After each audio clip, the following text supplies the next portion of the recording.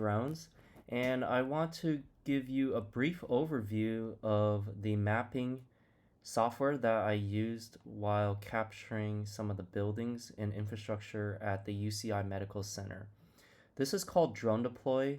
It's an autonomous mapping software, and what you do is you first draw out in your software what you want uh, what you want to capture. So in this case, you can see I've highlighted building 1, and the software will automatically create a flight path based off your parameters like the flight altitude, which dictates the resolution, in this case half an inch per pixel. And everything is behind the scenes. You'll get an 8-minute flight covering 4 acres, 139 images, all done on a single battery. So then once you're on site, you could load this on an iPad or iPhone, and the drone will autonomously fly on its own. Once you're done, you take the images and then you upload it to the software. Processing will vary, but the less images you have, the faster it will be. In this case, just one building is going to take about 1.5 hours. Once you have everything processed, you'll end up getting a map like this. And just to show you, here are all the points where a photo was taken.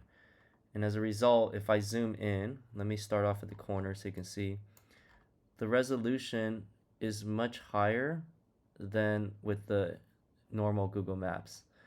It is all stitched together, so sometimes you might see some strange artifacts like this, but it's still fairly high resolution, so you can do some inspection.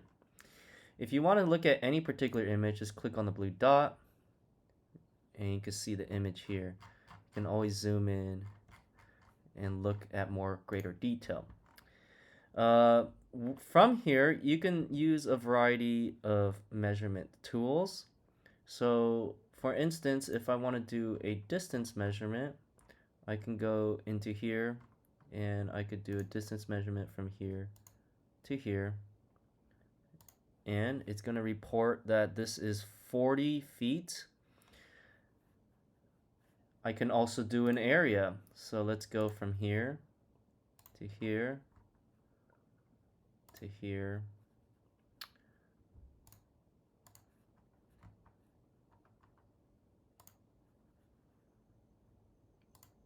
And total area is 1,889 square feet. And finally, this is a 3D model, so you can even do volume measurements. So let's zoom back into our little emergency room building right here. I'm going to do a volume measurement. There's a lot of data going on, so let's let it load.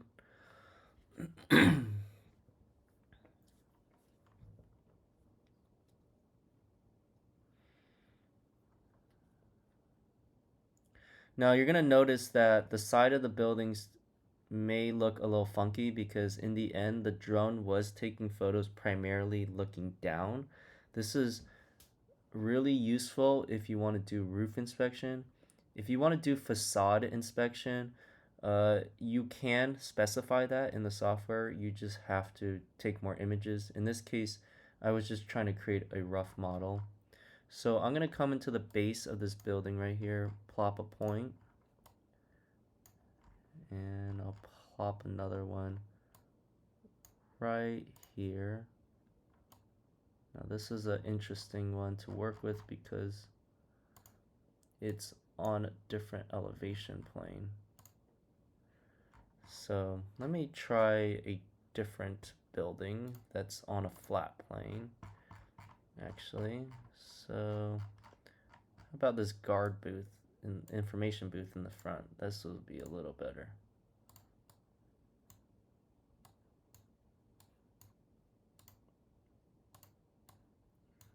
Oops, I was off again. It's really important to look head on.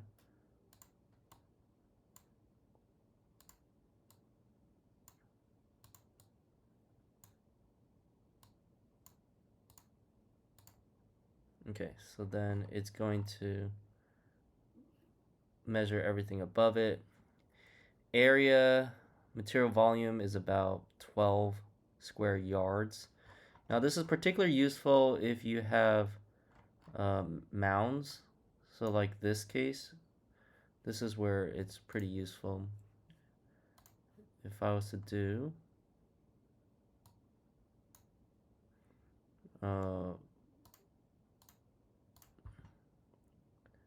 encompass this,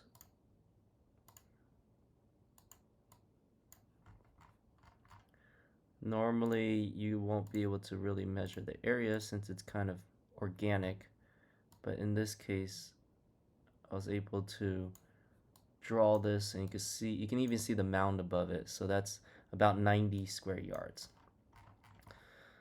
So let's go back to the 2D view.